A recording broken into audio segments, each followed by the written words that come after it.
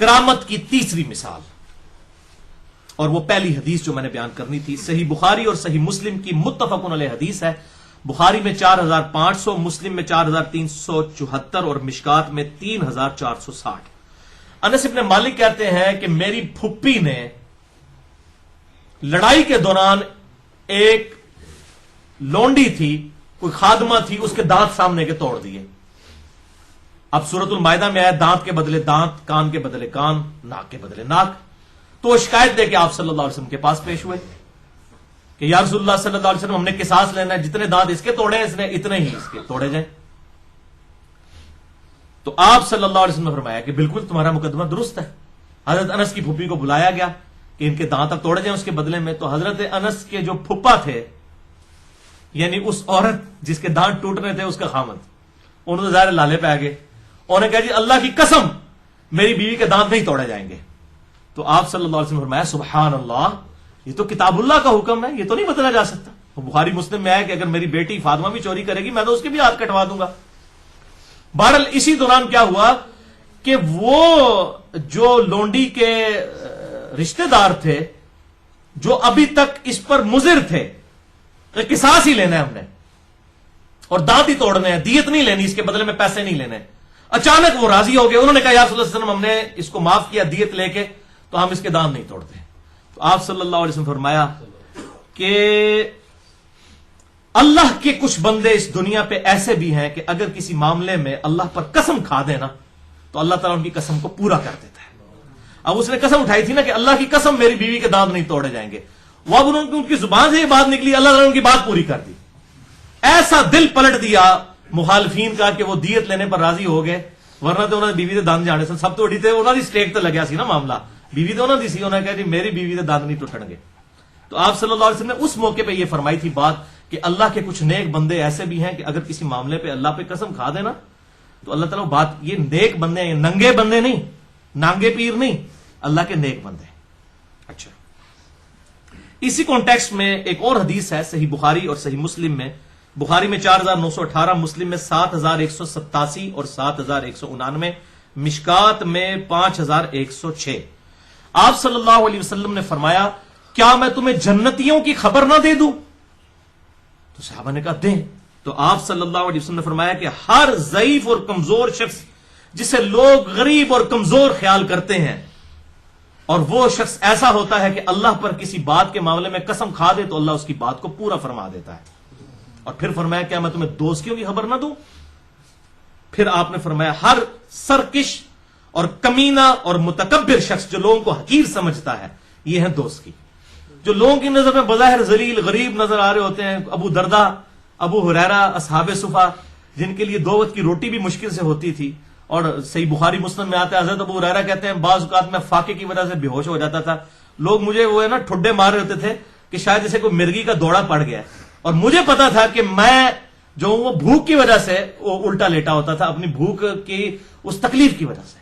حضرت ابو دردہ، حضرت ابو ہریرہ رضی اللہ تعالیٰ عنہما، یہ لوگ تھے، وہ یہ لوگوں کی جیبیں لوٹنے والے، لوگوں کی بچیاں بگانے والے، لوگوں سے چندہ لپیٹنے والے اور اس پہ اپنے نذرانے اور اپنے دربار چلانے والے، یہ والے لوگ نہیں تھے۔ یہ لوگ، یہ وہ ان لوگوں کے بارے میں باتیں، اب باتیں وہاں سے پکڑتے ہیں، اپنے بزرگوں بابوں کے اوپر لگا رہے ہوتے ہیں، صراط الذین انعمت علیہم، آگے اپنے بزرگوں کے نام لینے شروع کرتے ہیں۔ اور بھائی میرے، یہ تو بزرگ قرآن کے بعد آئے ہیں، صراط الذین انعمت علیہم تو وہ ہوں گے نا ڈیفینیٹلی قرآن پاک میں جن کا ذکر آیا، یا صحابہ یا جو اہل بیت، وہ لوگ جن کے بارے میں یہ چیزیں نازل ہو رہی ہیں، ٹھیک ہے بعد میں بھی آئیں گے، لیکن ڈیفینیٹلی تو وہی لوگ ہیں، آپ کے بزرگ بابے تو نہیں ہیں۔ ورنہ بریلویوں کے بزرگوں کو دیوبندی کہتے ہیں جناب، یہ گمراہ ہے، وہ ان کو کہتے ہیں گمراہ، اہل حدیث ان کو گمراہ، شیعہ سب کو گمراہ، سارے ایک دوسرے سے بابے نہیں منتے، سانو کو بابے منوان دو، آپس سے پہلے کسی بابے نو مان لو۔ اسی طریقے سے صحیح مسلم میں 6682 نمبر حدیث ہے، مشکات میں 5231، آپ صلی اللہ علیہ وسلم نے فرمایا کئی پرانگدہ بال بکھرے ہوئے غربت والے لوگ ایسے دنیا میں پھر رہے ہوتے ہیں کہ لوگ انہیں حقیر سمجھتے ہیں، جبکہ اللہ کے ہاں ان کا ایسا مقام ہوتا ہے کہ کسی بات پہ اللہ پر قسم کھا دے، اللہ ان کی وہ بات پوری کر دیتا ہے۔ الحمدللہ۔ اور اس میں الفاظ ہیں کہ لوگ ان کو دروازے سے دھکیل دیتے ہیں۔ اس طریقے سے صحیح بخاری میں 6447 اور مشکات میں 5236 نمبر حدیث ہے، آپ صلی اللہ علیہ وسلم کے سامنے سے ایک شخص گزرا جو ویل آف تھا، امیر کبیر شخص تھا. آپ نے صحابہ سے پوچھا کہ اس کے بارے میں تمہارا کیا خیال ہے؟ لوگوں نے کہا کہ یا رسول اللہ صلی اللہ علیہ وسلم، یہ تو ایسا معزز شخص ہے، اگر کسی دروازے پر جا کر نکاح کے لیے درخواست کرے تو کوئی اس کو واپس نہ لوٹائے، سب لوگ اس کی عزت کریں، اس کو اپنی بچی دے دیں. پھر تھوڑی دیر بعد ایک غریب ناتواں سا صحابی وہاں سے گزرا. آپ نے فرمایا اس کے بارے میں تمہارا کیا خیال ہے؟ انہوں نے کہا کہ یہ تو ایسا شخص ہے کہ اگر کسی سے بچی مانگے جا کے تو کوئی اس کے ساتھ اپنی بچی کی شادی کرنے کے لیے تیار نہ ہو. اگر یہ کسی کی سفارش کرے تو لوگ اس کی سفارش بھی قبول نہ کریں کسی کے حق میں. کسی سے بات کرے تو اس کی بات ماننے کے لیے تیار نہ ہو. یہ تو اتنا گیا گزرا غریب قسم کا آدمی ہے.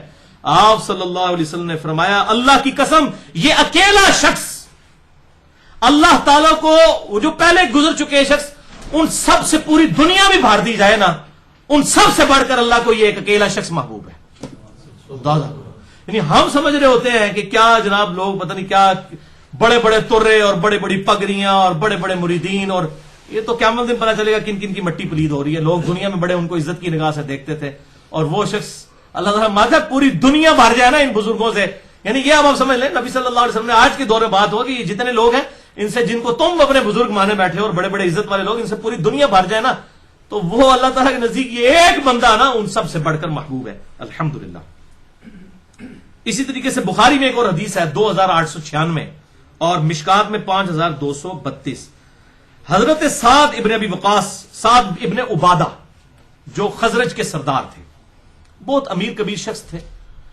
ان کے بارے میں آتا ہے کہ انہوں نے غریب لوگوں کو جو ہے وہ کم درجے کا خیال کیا، تو آپ صلی اللہ علیہ وسلم نے ان کو فرمایا کہ سعد ایسے مت کرو. سعد ابن عبادہ ظاہر امیر تھے، 155 اصحاب صفا کا کھانا ان کے گھر سے جایا کرتا تھا.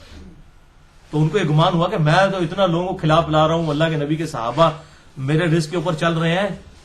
آج بھی جو سخی لوگ ہیں وہ یہی سمجھتے ہیں کہ میرے رزق کے اوپر یہ سارا کچھ چل رہا ہے. اور سعد ابن عبادہ کو حضور نے کیا کہا؟ آپ صلی اللہ علیہ وسلم نے فرمایا تمہارے انہی کمزور لوگوں کی وجہ سے تمہیں اللہ تعالیٰ رزق دیتا ہے. تمہیں جو رزق مل رہا ہے نا وہ ان کی وجہ سے مل رہا ہے، ان لوگوں کی وجہ سے. اللہ تعالیٰ کسی کو دے کے آزماتا ہے اور کسی سے لے کر آزماتا ہے. کوئی نیک آدمی یہ نہ سمجھے کہ آج میرے اتنے دسترخوان چل رہے ہیں تو اللہ تعالیٰ فرماتا ہے کہ اللہ کے محبوب صلی اللہ علیہ وسلم فرماتے ہیں کہ اللہ تعالیٰ انہی غریب لوگوں کی وجہ سے تمہیں بھی رزق دے رہا ہے تاکہ تمہارے ذریعے سے ان لوگوں تک رزق پہنچ جائے. ورنہ اللہ تعالیٰ کو تو کسی کی کوئی پرواہ نہیں ہے. جو اللہ تعالیٰ billions of trillions of species کو کھانا دے رہا ہے وہ انسان کو نہیں دیکھ سکتا بغیر محنت کے. ملینز آف فیل ہے، ویل مچھلیاں ہیں پیسیفک اوشن میں اور اٹلانٹک کے اندر، جس میں سے چھوٹی سی چھوٹی بھی ویل مچھلی کی خوراک 500 کلو گرام گوشت ہے روزانہ کا. ان سب کی خوراک کون پورا کرتا ہے؟ کوئی بزرگ پورا کرتا ہے، کوئی کسائی پورا کرتے ہیں؟ اللہ کر رہا ہے. میں نے پورا ایک لیکچر دیا ہے اللہ تعالیٰ کی طرف سے رزق کی تقسیم اور مسئلہ تقدیر، مسئلہ نمبر 103. وہ آپ سنیں تو آپ کو اندازہ ہوگا کہ اللہ تعالیٰ نے کس طرح رزق کا بندوبست کیا ہوا ہے. یہ اللہ تعالیٰ کے اختیار میں. تو یہ بات بڑی حیران کن بات ہے، انسان کو سمجھنی چاہیے کہ انہی غریب لوگوں کی وجہ سے امیروں کو رزق دیا جاتا ہے. یہاں پر وہ کریٹیکل حدیث میں ضرور بیان کروں گا، صحیح مسلم میں 6543 اور مشکات میں 5314 کہ نبی صلی اللہ علیہ وسلم نے ارشاد فرمایا بے شک اللہ تعالیٰ تمہاری شکلوں اور مال کو نہیں دیکھتا، دلوں اور اعمال کو دیکھتا ہے. اور ہم شکل اور مال ہی لوگوں کا دیکھتے ہیں، کتنا نورانی چہرہ ہے، اوڈا وڈے گستاخ رسول ہوتا ہے، اوڈا ہی بڑا مشرک ہوتا ہے. شکلوں سے تو نہیں آپ دھوکہ دے سکتے.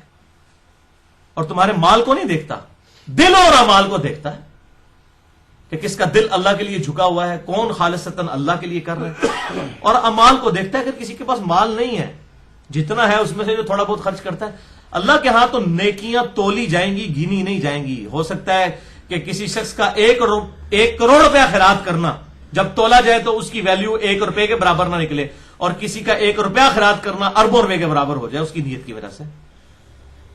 جو صحیح بخاری میں آتا ہے، سورہ توبہ کے اندر بھی آتا ہے، منافقین وہ ایک غریب مسلمان کو جو ہے اس نے پوری رات مزدوری کر کے ایک مٹھی اسے کھجور ملی اور اس نے آ کے کہا یا رسول اللہ صلی اللہ علیہ وسلم یہ غزوہ تبوک کی تیاری کے لیے میری طرف سے بھی آپ تحفہ رکھ لیں. تو منافقین نے مذاق اڑایا کہ اس ایک کھجور سے کیا ہوگا، اور آپ نے وہ کھجوریں پورے اس مال کے اوپر پھینک دی اور بتایا کہ میں اس کی اتنی قدر کر رہا ہوں، یہ سارے مال پر بھاری ہے. کیونکہ اخلاص اللہ نے دیکھنا ہے.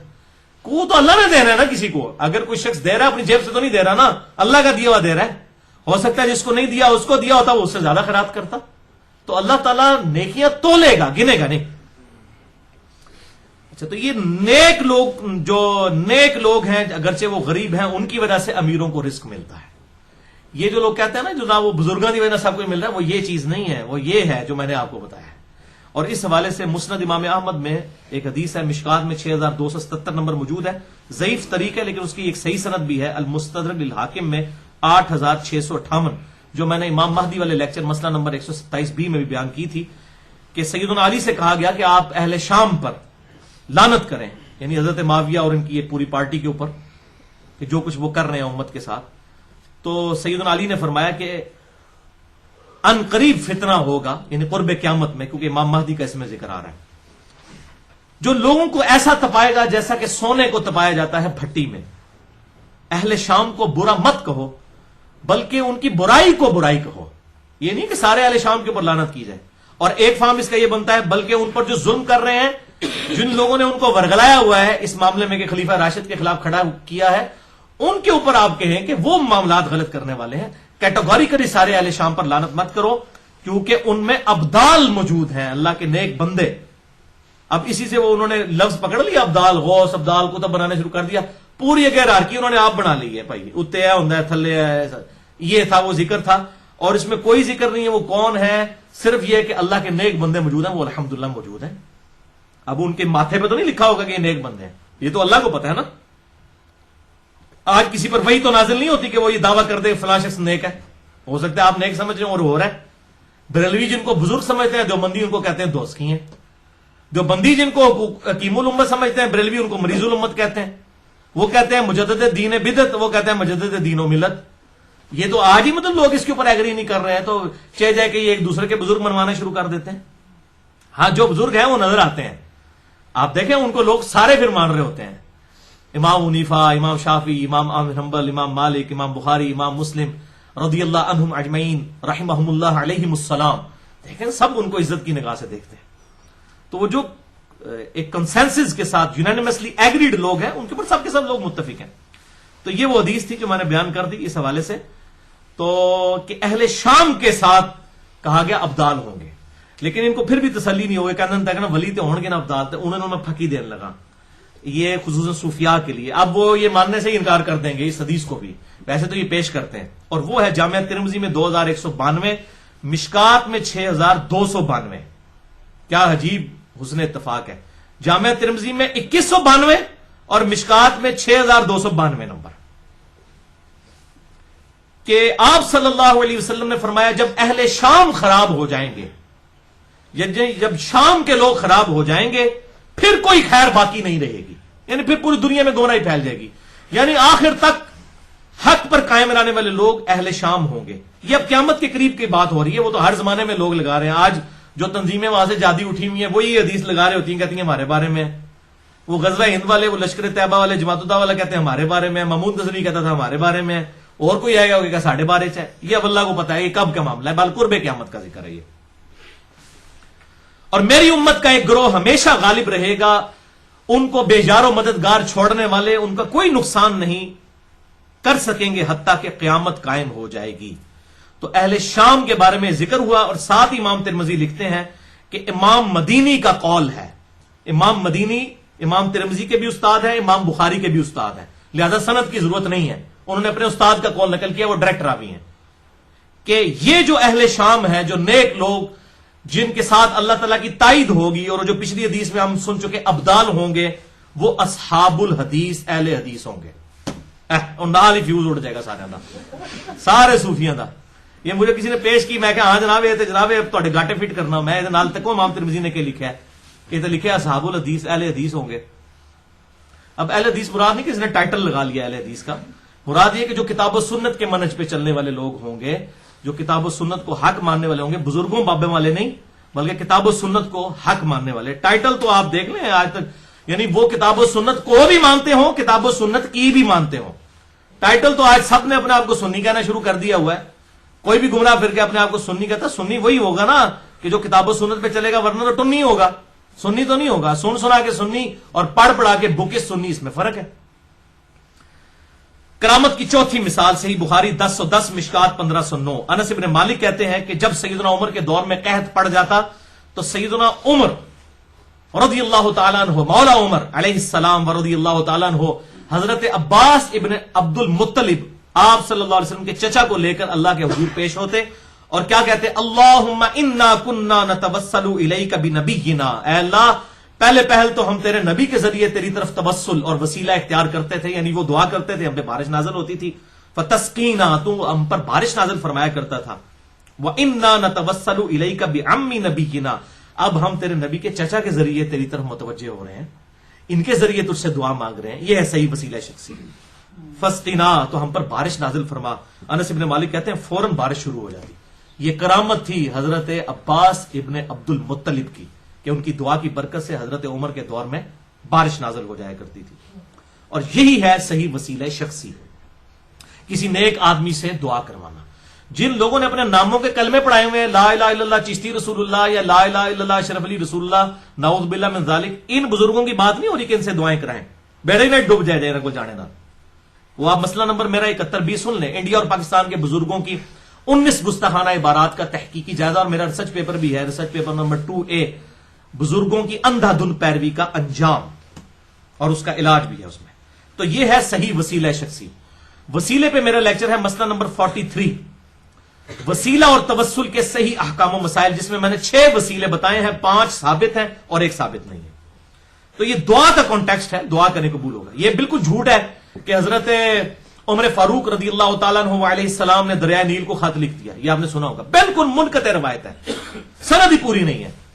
بھائی یہاں تو وہ عباس ابن عبد المطلب سے دعا کروا رہے ہیں، اور کرامت ہے ہی دعا کی قبولیت ہے، یہاں بھی ایک خط لکھ کے تو ایسے بادلوں میں پھینک دیتے، جو دریائے نیل تک بھیجا ہے تو ایسے پھینک دیتے، بالکل جھوٹے واقعات ہے۔ اس طرح نہیں بھائی کبھی بھی ہونے کا، زیادہ سے زیادہ دعا کے ساتھ تعلق ہے۔ اسی طریقے سے یا ساریت الجبل والی روایت، اس میں بھی محمد بن جلان جو ہے مدلس ہے اور ان سے روایت کر رہے ہیں۔ میں نے حضرت عمر علیہ السلام پہ پورا لیکچر دیا ہے، مسئلہ نمبر 65، سیدنا عمر فاروق رضی اللہ تعالیٰ عنہ کے صحیح فضائل کتاب و سنت کی روشنی میں، اس میں یہ سارے واقعات بتائیں گے، بالکل جعلی باتیں، حق باتیں وہی ہیں جو کتاب و سنت میں آئی ہوئی ہیں صحیح سند کے ساتھ۔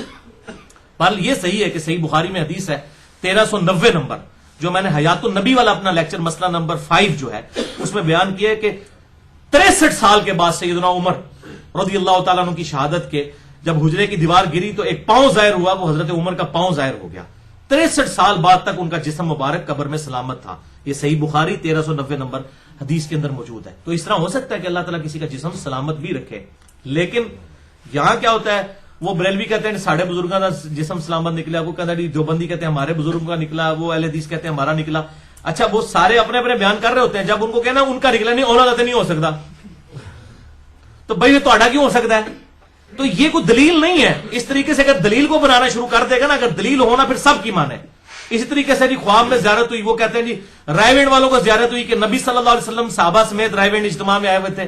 وہ ملتان والی پارٹی کہتی ہے دعوت اسلامی والے کے ملتان آئے ہوئے تھے، آپ دونوں سے ایک دوسرے سے پوچھو، کہتے نہیں دو ہی جھوٹے نے، وہ کہتے نو جھوٹے نو، کہتے دو صحیح کہتے تھی بھی جھوٹے ہو بھی جھوٹے۔ تو میں نے پورا لیکچر بھی اس پہ دے دیا، مسئلہ نمبر 6C کے نام سے، نبی صلی اللہ علیہ وسلم کی دیدار خواب کے بارے میں۔ یہ قیامت تک ممکن ہے، لیکن اس کے کچھ پروٹوکول ہیں، وہ میں نے بتائے ہیں۔ میں وہ سلفیوں والا بھی نظریہ نہیں رکھتا کہ کوئی دیکھ ہی نہیں سکتا صحابہ کے علاوہ۔ میں نے صحیح مسلم ابو داؤد سے ثابت کیا کہ تابعین تبع تابعین نے بھی حضور کو خواب میں دیکھا ہے، اور محدثین نے صحیح مسلم کے اندر وہ خواب نقل کیے ہیں، باقاعدہ ابو داؤد کے اندر نقل کیے ہیں۔ یہ ممکن ہے، لیکن دوسری طرف جو ایکسٹریم ہے کہ وہ طاہر القادری صاحب کہتے ہیں نبی صلی اللہ علیہ وسلم نے مجھ سے ٹیکسی کا کرایہ مانگا اور میں نے کہا جناب تو میرا مہمان بن، میں تمہیں رکھاں گا، اور تو سارا چٹا بٹا کھل چکا ہے۔ یہ بالکل جھوٹ ہے۔ اس طرح کے جو خواب ہیں یہ شیطانی خواب ہے، نبی صلی اللہ علیہ وسلم کو نہیں انہوں نے دیکھا۔ ہاں آپ جب اپنی شکل میں آئیں گے تو پھر شیطان نہیں آپ کی شکل میں آ سکتا، لیکن شیطان کسی دوسری شکل میں آ کے جھوٹ بول سکتا ہے۔ جھوٹ کیا، غلام احمد قادیانی کہتا تھا زندہ حالت میں کہ جی میں ذل محمد ہوں، نعوذ باللہ، وہ تو خود محمد کا ذل ہونے کا دعویٰ کرتا رہا صلی اللہ علیہ وسلم، نعوذ باللہ من ذالک۔ تو اس حوالے سے جسے شوق ہو تو وہ لیکچر دیکھ سکتا ہے۔ تو یہ ہے دعا کی قبولیت کا کانٹیکسٹ ہو سکتا ہے کہ وہ قبول کر لے اللہ تعالیٰ، اور اس پہ میں نے پورا لیکچر بھی دے دیا ہے، مسئلہ نمبر 3 دعا صرف اللہ ہی سے. اور میرا ریسرچ پیپر بھی ہے، ریسرچ پیپر نمبر 3، دعا صرف اللہ ہی سے، 2.25 گھنٹے کی گفتگو اور 4 پیجز کا یہ ریسرچ پیپر ahlsunnatpak.com پہ، جس میں میں نے ثابت کیا ہے کہ کوئی شخص کسی کے اندر جو ہے وہ اس طریقے سے اس سے غائب میں مدد کے لیے نہیں اس کو پکار سکتا. یہ بالکل باطل عقیدہ ہے. ہاں کسی نیک آدمی سامنے موجود ہے، اس سے جا کے دعا کروائیں. دعا میں بھی وہ بھی اللہ ہی کو پکارے گا، کسی غیر اللہ کو نہیں پکارے گا. اور وہ جو حدیث پیش کرتے ہیں وسیلہ اور توسل میں، سنن ابن ماجہ کی اور ابو داؤد اور ترمذی کی، اس میں بھی الفاظ ہے اللہ کے نبی میں آپ کے ذریعے سے اللہ کی طرف متوجہ ہوتا ہوں، اور اے اللہ میں تیرے نبی کے ذریعے سے تیری طرف متوجہ ہوتا ہوں، اور اے اللہ میرے نبی کی دعا میرے حق میں قبول فرما. اس میں آگے الفاظ یہ کھا جاتے ہیں. تو آپ صلی اللہ علیہ وسلم نے اس کے لیے دعا کی تو اس کی بنائی واپس آ گئی. وہ آپ مسئلہ نمبر 43 میں نے اس کو حدیث کو بیان کیا. بل یہاں پر ایک ضمن میں حدیث صحیح بخاری میں 6502 نمبر حدیث، بڑی کریٹیکل حدیث ہے، جو اس ریسرچ پیپر دعا صرف اللہ ہی سے، اس میں بھی میں نے یہ لکھی ہے. مشکات میں 2266 ہے. آپ صلی اللہ علیہ وسلم نے فرمایا جس شخص نے میرے ولی کے ساتھ دشمنی کی، میرا، اللہ تعالیٰ فرماتا ہے یہ حدیث قدسی ہے، جس شخص نے میرے ولی کے ساتھ دشمنی کی میرا اس کے خلاف اعلان جنگ ہے. استغفر اللہ.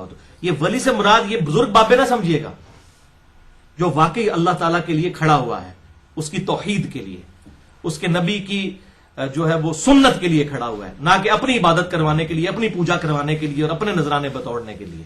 وہ نہیں، وہ واقعی جو اللہ کا ولی ہو، اس کے خلاف دشمنی کی جائے تو میرا اعلان جنگ ہے. اللہ اکبر. پھر آپ صلی اللہ علیہ وسلم نے فرمایا کہ اللہ تعالیٰ فرماتا ہے کہ میرا بندہ میرا قرب کسی بھی چیز سے زیادہ نہیں حاصل کر سکتا جتنا قرب میرا فرائض میں پابندی سے حاصل کرتا ہے، اور پھر نوافل میں استقامت ایسی اختیار کرتا ہے کہ میرا وہ محبوب بن جاتا ہے اور میں اس سے محبت کرنا شروع کر دیتا ہوں. اور جب میں اس سے محبت کرتا ہوں تو میں اس کے کان بن جاتا ہوں جس سے وہ سنتا ہے، میں اس کی آنکھیں بن جاتا ہوں جس سے وہ دیکھتا ہے، میں اس کے ہاتھ بن جاتا ہوں جس سے وہ پکڑتا ہے، اور میں اس کے پاؤں بن جاتا ہوں جس سے وہ چلتا ہے. اور پھر جب وہ مجھ سے کوئی دعا کرتا ہے میں اس کی دعا قبول کرتا ہوں، اور جب کسی دشمن کے اگینسٹ مجھ سے پناہ طلب کرتا ہے میں اسے پناہ بھی عطا فرماتا ہوں. یہ نہیں کہ وہ خود خدا بن جاتا ہے، ورنہ تو اللہ سے کیوں مانگ رہا ہے. وہ یہ کہتا ہے کہ وہ خدا کے ہاتھ بن جاتا ہے. نعوذ باللہ، یہ محاورتاً بات ہو رہی ہے کہ اس کا اوڑھنا بچھونا اللہ کی ذات بن جاتی ہے، یعنی اس کے ہاتھ پھر اللہ کی اطاعت میں اٹھتے ہیں، اس کی آنکھیں صرف اللہ کی اطاعت میں اٹھتی ہیں، اللہ کی نافرمانی میں نہیں اٹھتی. کیونکہ آگے الفاظ ہیں کہ جب مجھ سے مانگتا ہے میں عطا کرتا ہوں، اور جب کسی دشمن کے خلاف پناہ مانگتا ہے میں اسے عطا فرماتا ہوں. ورنہ حلولیہ کو تو کشف المحجوب میں خود علی بن عثمان اجویری نے کہا ہے کہ یہ جو وحدت الوجود کا یہ عقیدہ کہ اللہ انسان کے اندر حلول کر جاتا ہے، یہ تو عقیدہ ہی گمراہی پر مبنی ہے. مسئلہ نمبر 41 بھی میرا وحدت الوجود کے اوپر ریکارڈ ہے، اسماء و صفات کے مسئلے کے حوالے سے آپ دیکھ سکتے ہیں. اور اس میں آگے الفاظ ہیں کہ مجھے کبھی اتنا تردد نہیں ہوتا کسی کام کو کرنے میں. اب اللہ کو کوئی تردد ہو سکتا ہے؟ مگر یہ کہ جب مجھے اپنے کسی نیک بندے کی روح قبض کرنی پڑتی ہے تو میں بھی تردد کا شکار ہوتا ہوں. اللہ اکبر. کہ میرا بندہ اس کو ناگوار سمجھ رہا ہوتا ہے. ظاہر ہے جی موت تو کسی کو بھی پیاری نہیں ہے نا، موت کی تکلیف بھی ہے، پھر دنیا سے جانے کا تو کسی کا دل بھی نہیں کرتا. وہ نبی ہوتے ہیں، باقی تو انسان کی خواہش تو ہوتی ہے دنیا میں رہنے کی. ربنا آتنا فی الدنیا حسنہ وفی الآخرۃ حسنہ وقنا عذاب النار. یہ بری خواہش بھی نہیں ہے، اطاعت ہوگی، اللہ کے لیے زیادہ نیکیاں اکٹھی کر سکتا ہے انسان، خواہش تو رکھتا ہے. تو اللہ تعالیٰ فرماتا ہے وہ موت کو ناگوار سمجھ رہا ہوتا ہے اور میں اس کو موت دینا چاہتا ہوں، کیونکہ موت تو میں نے لوگوں کے مقدر میں رکھی ہے. موت سے کسی کو چھٹکارا نہیں ہے، تو میں بھی تردد کا شکار ہوتا ہوں. اور پھر کیا ہوتا ہے وہ معاملہ اس وقت؟ پھر وہ آپ مسئلہ نمبر 117b سن لیں، کس طریقے سے فرشتے آ کے استقبال کرتے ہیں، ریشمی رومال اس کی گردن کے نیچے رکھتے ہیں، ایسے پروٹوکول سے اس کی روح نکالتے ہیں کہ جیسے مشکیزے میں سے ایک قطرہ پانی کا نکلتا ہے. اس طریقے سے پروٹوکول کے ساتھ خوشبوؤں میں لپٹی ہوئی اس کی روح لے جاتے ہیں. الحمدللہ. اللہ تعالی ہم سب کو ان میں شامل فرمائے اپنے نیک بندوں میں. اللہم من احییتہ منا فاحیہ علی الاسلام ومن توفیتہ منا فتوفہ علی الایمان. اللہم اجرنا من النار، اللہم اجرنا من النار، اللہم اجرنا من النار.